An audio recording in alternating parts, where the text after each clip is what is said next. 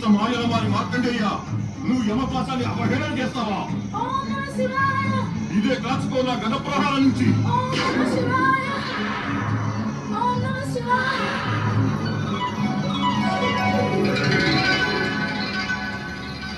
యమరాజా, ప్రభు, పరమేశ, నిష్ఠా భక్తులతో శివారాధన చేసే బాలమార్కండేయునిపై పాశాన్ని వేసేందుకు నీకు సాహసం ఎలా వచ్చింది? ఈ బాలుడు శివలింగాన్ని హృదయానికి హత్తుకుని మా శరణు కోరాడు. శరణాగతుని రక్షించడం మా యొక్క కర్తవ్యం. అయితే నీకు ఈ నిజం తెలియనిదా? నీవు కాలయముడు, కానీ నేను మహాకాలుడు.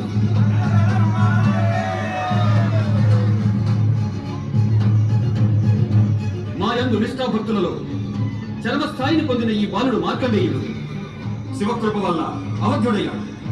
ఓ శివశంకర, ఓ మహేశ, ఓ పరమేశ, నేను మృత్యు యొక్క అటల నియమాన్ని శ్రద్ధతో పాలిస్తున్నాను. విధి విధానానుసారం ఈ బాలుడి ఆయుష్ సమాప్తమయ్యింది. ఒకవేళ విధాత ద్వారా నిర్ధారిత సమయానికి తన ప్రాణాలను తీయకపోతే మీరే నన్ను కర్మ విముఖుడని దండించేవారు కదా. తప్పకుండా ఇస్తాం. కానీ శివలింగం నుండి వెళ్లే జ్వాలల వేడి పొగలు ఇంకా స్వయంగా నీ యమపాశమే తిరిగి కొట్టినా నీకు ఈ బాలమార్కండేయుని మహాభక్తి వల్ల జనించిన మహాశక్తి గురించి అర్థం కాలేదే. నీవు కర్మఫలాల అనుసారంగా జనన మరణాలను నిర్ణయించేటటువంటి పరమ జ్ఞానివి. నీకు ఈ మాత్రం నిజం కూడా తెలియదా? ఈ సృష్టి యొక్క రక్షణ అది మా యొక్క లీలయేనని. నిత్యం శివభక్తిలో గడిపే వారికి సదా శుభం చేకూర్చడం ఈ సృష్టి యొక్క మా యొక్క అటల నియమం. నాకు తెలుసు పరమేశ, నాకు తెలుసు. అయితే నీకు ఇది కూడా తెలిసే ఉండాలి.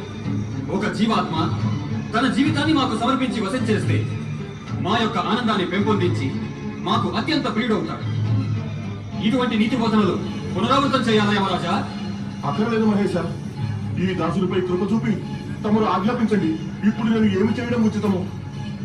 ఇప్పుడు నాకు ఏమి ఆజ్ఞ స్వామి? ఇప్పుడు ఇక యమలోకానికి వెళ్ళు. అక్కడి వ్యవస్థను సరిగా పాలించు. మీ యొక్క లెక్కలలో తప్పులు సృష్టిలో అనర్థాలకు కారణం కావచ్చు. మాకు పూర్తి నమ్మకం భవిష్యత్తులో ఎన్నడూ నీవు కర్మ విముఖుడివి కావని. నా యొక్క దుడుగుతనానికి నన్ను క్షమించండి పరమేశ. ఇక ముందెప్పుడు అలా జరగదు. ప్రణామం పరమేశ.